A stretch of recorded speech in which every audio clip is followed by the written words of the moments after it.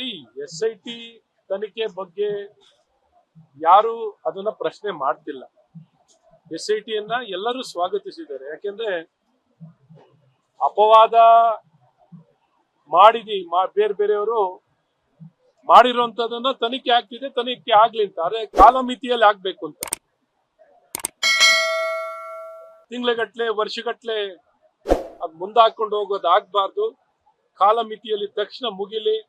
ನೀವೇ ನೋಡ್ತಾ ಇದ್ದೀರಾ ಯಾವ ರೀತಿಯಲ್ಲಿ ಅನಾಮಿಕ ವ್ಯಕ್ತಿ ಯಾವ ರೀತಿ ಅವನು ನಿರ್ಮಾಣ ಮಾಡಿರುವಂತ ಪರಿಸ್ಥಿತಿಯ ಅನುಗುಣವಾಗಿ ಇವತ್ತು ಯಾವ ರೀತಿ ನಮ್ಮ ನಂಬಿಕೆ ಕೇಂದ್ರದ ಮೇಲೆ ಯಾವ ರೀತಿ ಕಳಂಕ ತರುವಂತ, ಮಸಿ ಬಳಿಯುವಂತ, ನಮ್ಮ ನಂಬಿದಂತ ಧರ್ಮಸ್ಥಳ ಮಂಜುನಾಥೇಶ್ವರನ ಮೇಲೆ ಅಪವಾದ ತರುವಂತ ಪ್ರಯತ್ನಗಳು, ಹಿಂದೂ ಧರ್ಮದ ಮೇಲೆ ತರುವಂತ ಪ್ರಯತ್ನಗಳು, ಅಥವಾ ಧರ್ಮಾಧಿಕಾರಿಗಳ ಮೇಲೆ ಅಪಪ್ರಚಾರಗಳನ್ನ ಮಾಡುವಂಥದ್ದು.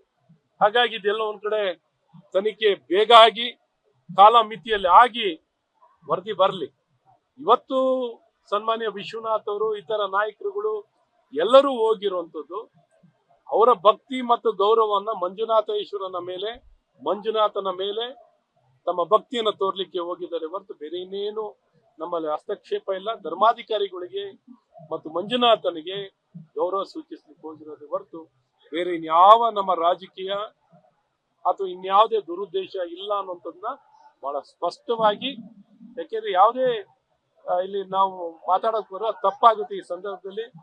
ಯಾಕೆಂದ್ರೆ ಆ ಸ್ಥಳದ ಮಹಿಮೆ ಮತ್ತು ಮಹತ್ವವನ್ನು ಕಾಪಾಡುವಂಥದ್ದು ಪ್ರತಿಯೊಬ್ಬನ ಭಕ್ತನ ಕರ್ತವ್ಯ ಅಂತನೂ ಬಹಳ ಸ್ಪಷ್ಟವಾಗಿ ನಾವು ಸದನದ ಒಳಗೆ ಮಾತಾಡ್ತಾನೂ ಅದೇ ರೀತಿ ಜವಾಬ್ದಾರಿತವಾಗಿ ಎಲ್ಲ ಒಂದ್ ಕಡೆ ಈ ರೀತಿ ಅಪಪ್ರಚಾರ ಮಾಡ್ತಿರೋಂಥ ವ್ಯಕ್ತಿ ಮೇಲೆ, ಪೋಸ್ಟ್ಗಳು ಹಾಕುವಂತ ವ್ಯಕ್ತಿಗಳ ಮೇಲೆ ಯಾವ ಒಂದು ಸುವಮೋಟೋ ಕೇಸ್ಗಳನ್ನ ಹಾಕದೆ ಸರ್ಕಾರ ಕ್ರಮ ವಹಿಸಲಿಲ್ವಲ್ಲ ಅಂತ ಒಂದು ಬೇಸರ.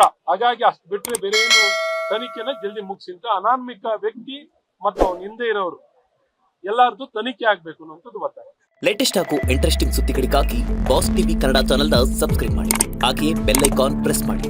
ಇದರ ಜೊತೆಗೆ ಫೇಸ್ಬುಕ್, ಇನ್ಸ್ಟಾಗ್ರಾಮ್, ಎಕ್ಸ್ ನಲ್ಲೂ ಮಿಸ್ ಮಾಡದೆ ಫಾಲೋ ಮಾಡಿ.